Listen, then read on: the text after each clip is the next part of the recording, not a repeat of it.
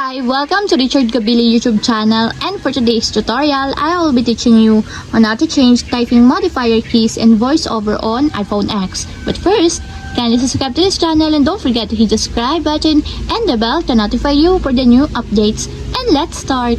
Using your iPhone X, from your home screen first, go to Settings. Then in the settings, scroll down and find the accessibility and then tap. Then in the accessibility, go to vision section and then tap the voiceover. Then after that, in the voiceover, scroll down again and then tap the typing. Then in this part in the typing, tap the modifier keys. Then in the modifier keys, if you want to change it to caps lock, just tap it until there's a check mark on the side. And if you want to remove it, just tap it again until the modifier keys has been removed. And take note, choose the modifier keys that must be pressed on a hardware keyboard to activate voiceover key commands.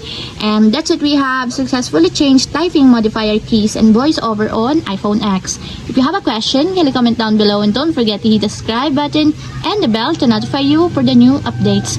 And thank you for watching!